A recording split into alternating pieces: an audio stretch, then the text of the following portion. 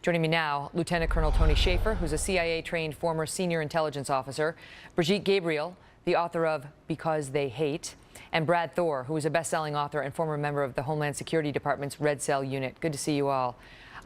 So let me start with you, Colonel, on this. And this guy who was 28 years old, couple years of community college, immigrated here from Afghanistan when he was 7, kept going back to Afghanistan, kept going back to Pakistan, and you heard the description in our first segment about the appearance that he was becoming more devout after those trips. Radicalized. Right. Well, that's the key. I mean, look, Megyn, this is not the first time we faced this. Back right after the 9/11 attacks, I ran something called Operating Base Alpha. We were a joint operation looking at al-Shabaab because there were great radicalized communities in places like Detroit and Minneapolis. So we prevented this sort of thing from happening, even though al-Qaeda was trying to do it, by the fact we did these hybrid operations with the FBI. I can't go into details because they're classified, but we were very effective in trying to get ahead of this very thing. We saw the radicalization going on. We were able to put agents downrange. We were able to work with Special Operations Command to do some very exotic, very effective things. So this is not the first time we've seen this pattern. Faisal Shahzad did the same thing in Times Square. So what we're seeing here, Megyn, it's not a lack of capability or understanding of how radicalization happens or how to get ahead of it. It's a policy decision to not do the right thing to get ahead of it. You know, Brigitte, there is a question about if he kept traveling overseas and did have a brush with law enforcement. The woman dropped the charges, but he had a brush with law enforcement that was violent and going to terror hotspots. Then he comes back. And what would have happened if the cops or the FBI had looked into him and found this mother of his child who said he hated the U.S. military? By the way, one of the bombs was placed at a Marines race. He hated homosexuals. 2 of the bombs were placed in Chelsea, which is an area very popular among gay men and lesbian women. He disliked America, and on he went.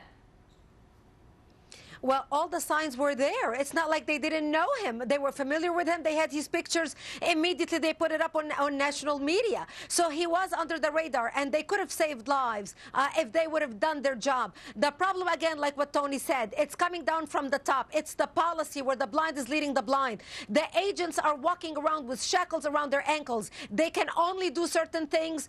They are forbidden from taking action when they know they need to take action, lest they lose their job or they be reprimanded. Correct. It's the policy of the Obama administration. You know, Brad, some of in the media are coming out tonight saying, hey, be a New Yorker, you know, be cool. This is what happens. I actually think it's a testament to the safety of America that people are so alarmed by this still, and that this isn't just, oh, another day, another bombing. Because then you're Israel. I mean, with all due respect and love to our friends in Israel, this is how they've been having to live for a long time, except they're more prepared. Well, we've talked about this before, Megyn, and that is my biggest fear, is that we end up under a constant state of siege like Israel with these repeated attacks against soft targets. And probably one of the biggest disservices that was done to New York and New Jersey was the dismantling of the NYPD's demographics unit. You know, we need to be penetrating Muslim communities, not to entrap people, not to harass them or violate their civil liberties, but we need to be putting agents in there so that we can spot these things. We need tripwires, and political correctness is forcing us to pull out all the tripwires, so you have no warning of this. You don't know that this is going to happen until it happens. And that is the most dangerous thing facing America right now, is political correctness. What do you make about the sophistication of the detonation technique and of these reports about the bombs potentially having something called HMTD in them, which I'm told makes a very powerful bomb, very deadly? Well, that tells me 2 things. First, this was a dry run.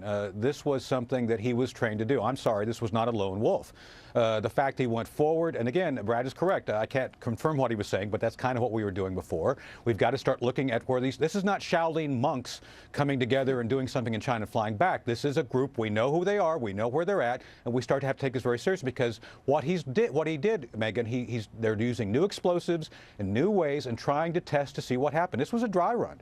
So you can darn well expect to see more of this unless, as Brigitte says and as Brad said, we get a lot more aggressive to start looking at how to get ahead of these folks. And it's not simply about just profiling the population. It's actually penetrating them with human intelligence. My friend Mike Flynn and I have talked about this. We've got to get ahead of them. Simply keeping up with them, people are going to die. They're going to try new things to get around us. So we got to get ahead of them, and you have to do it aggressively. And that is one of the questions that we have, is what has the administration done to find these needles in the haystack since we saw these terror attacks in Orlando and elsewhere. We're going to pick that up with the former CIA director next. Thank you all so much for being here.